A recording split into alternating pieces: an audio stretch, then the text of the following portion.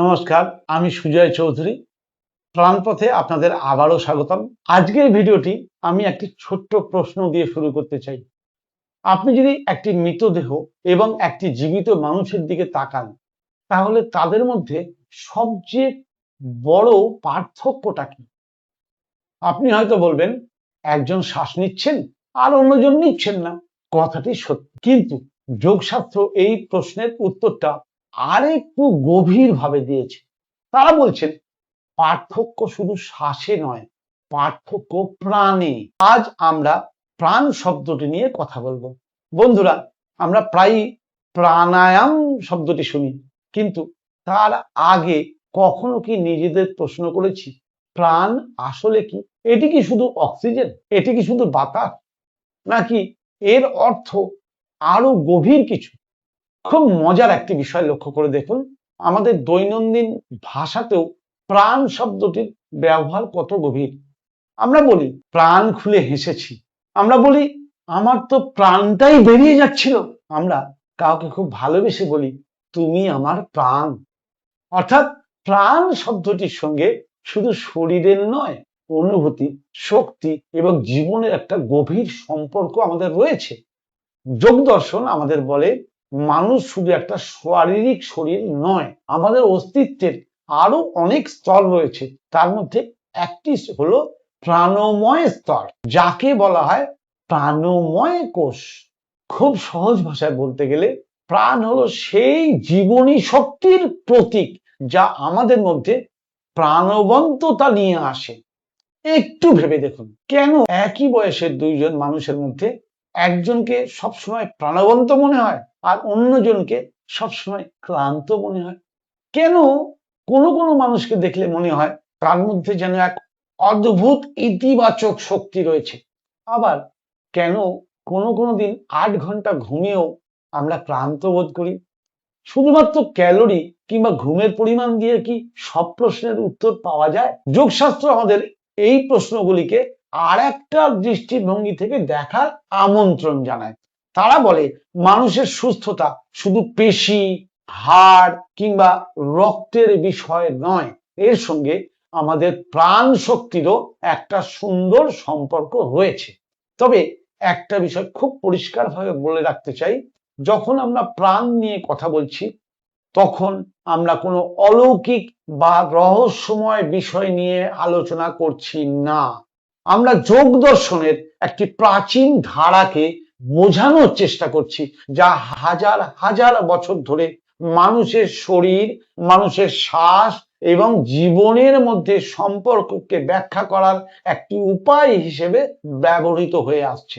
বন্ধুরা, একটু লক্ষ্য করে দেখুন, আপনি যখন খুব আনন্দিত হয়ে থাকেন, তখন আপনার শরীরের ভঙ্গি কেমন থাকে, আপনার কণ্ঠস্বর কেমন শোনায়, আপনার চোখের দৃষ্টি কেমন হয়। আবার যখন আপনি খুব দুশ্চিন্তায় থাকেন, আপনার শরীর যেন একটু ঝুঁকে পড়ে, শ্বাস ছোট হয়ে আসে, কাজ করার উৎসাহ কমে যায়। অর্থাৎ আমাদের শরীর, মন এবং শ্বাস একে অপরের সঙ্গে গভীরভাবে যুক্ত আছে। যোগশাস্ত্র এই সংযোগের ভাষাটাকেই প্রাণ শব্দের মাধ্যমে প্রকাশ করেছে। আজ একটি খুব গুরুত্বপূর্ণ ভুল ধারণা নিয়ে কথা বলতে চাই। অনেকেই মনে করেন প্রাণায়াম মানে বেশি বেশি অক্সিজেন নেওয়া, কিন্তু বিষয়টা এত সরল নয়। আপনি যদি লক্ষ্য করেন, প্রাণায়াম শব্দটির মধ্যে প্রাণ শব্দটি রয়েছে, অর্থাৎ এর উদ্দেশ্য শুধুমাত্র শ্বাস প্রশ্বাসের যান্ত্রিক অনুশীলন নয়, বরং শ্বাসের প্রতি আরো বেশি সচেতন হয়ে ওঠা। আমরা প্রতিদিন হাজার হাজার বার শ্বাস নিচ্ছি, কিন্তু কতবার সচেতন ভাবে শ্বাস নিচ্ছি? আমরা প্রতিদিন অনেকবার খাচ্ছি, কিন্তু কতবার কৃতজ্ঞতার সঙ্গে খাচ্ছি? আমরা প্রতিদিন বেঁচে আছি, কিন্তু কতবার সত্যি জীবনকে অনুভব করেছি? আমার মনে হয় প্রাণপথের সবচেয়ে গুরুত্বপূর্ণ শিক্ষা এখান থেকেই শুরু হয়। যোগশাস্ত্র আমাদের শুধু দীর্ঘ জীবন নয়, গভীর জীবনযাপনেরও শিক্ষা দিতে চেয়েছে। আজকের পৃথিবীতে আমাদের সবচেয়ে বড় সমস্যাগুলির একটি হলো আমরা সবকিছু খুব দ্রুত করে শিখছি, কিন্তু ধীরে ধীরে বাঁচতে আমরা ভুলে গেছি। আমরা দ্রুত খাই, দ্রুত কথা বলি, দ্রুত সিদ্ধান্ত নিই, এমনকি বিশ্রামও খুব দ্রুত নিতে চাই, কিন্তু প্রকৃতি কখনো তাড়াহুড়ো করে না। একটা বীজকে বৃক্ষে পরিণত হতে সময় লাগে, সূর্যকে উদিত হতে সময় লাগে, একটা শিশুকে হাঁটতে শিখতে সময় লাগে। হয়তো নিজেদের কাছেও আমাদের একটু সময় দেওয়া দরকার। হয়তো প্রাণ আমাদের সেই কথাটি মনে করিয়ে দেয়। বন্ধুরা, আজ আমি আপনাদের কোনো জটিল তত্ত্ব শেখাতে চাই না, বরং একটা ছোট্ট অনুশীলনের আমন্ত্রণ জানাতে চাই। আজ থেকে আগামী 7 দিন 3টি কাজ করার চেষ্টা করুন। প্রথমত, প্রতিদিন 1 মিনিট নিজের শ্বাসকে লক্ষ্য করুন।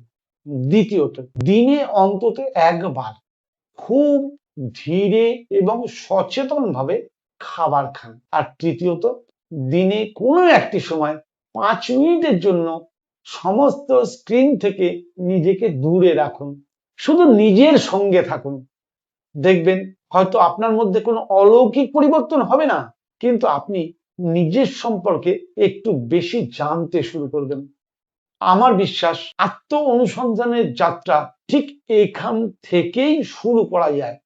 আজকের ভিডিও শেষ করার আগে আপনাদের জন্য 3টি প্রশ্ন রেখে যেতে চাই। আপনি কি শুধু বেঁচে আছেন, নাকি প্রাণবন্ত ভাবে বাঁচছেন? আপনার দিনের কতটা সময় সত্যি সচেতন ভাবে কাটে? আর যদি আপনার জীবনের গতি একটু ধীর হয়ে যায়, তাহলে কি আপনি নিজেকে নতুন করে আবিষ্কার করতে পারবেন? হয়তো এই প্রশ্নগুলির উত্তরই আমাদের প্রাণের আরো কাছে নিয়ে যাবে। পরবর্তী পর্বে আমরা জানবো পঞ্চ প্রাণ কি, আমাদের শরীরে কি সত্যি 5 ধরনের প্রাণ শক্তির কথা বলা হয়েছে। আমরা যোগশাস্ত্রের এই বিস্ময়কর ধারণাটিকে খুব সহজ ভাষায় বোঝার চেষ্টা করব। সেই পর্যন্ত ভালো থাকবেন, সুস্থ থাকবেন এবং দীর্ঘ জীবন নয়, একটা প্রাণবন্ত জীবনের সন্ধান করতে অবশ্যই ভুলবেন না। আর যদি প্রোগ্রামটি ভালো লেগে থাকে, আমি অবশ্যই বলবো প্রাণপথ চ্যানেল সাবস্ক্রাইব করে সঙ্গে থাকবেন। ভালো লেগে থাকলে লাইক করবেন, আর আত্মীয় স্বজন বন্ধু বান্ধবদের মধ্যে বেশি করে শেয়ার করুন, যাতে সবাই প্রাণপথ দেখে প্রকৃত প্রাণের পথ খুঁজে পায়। নমস্কার।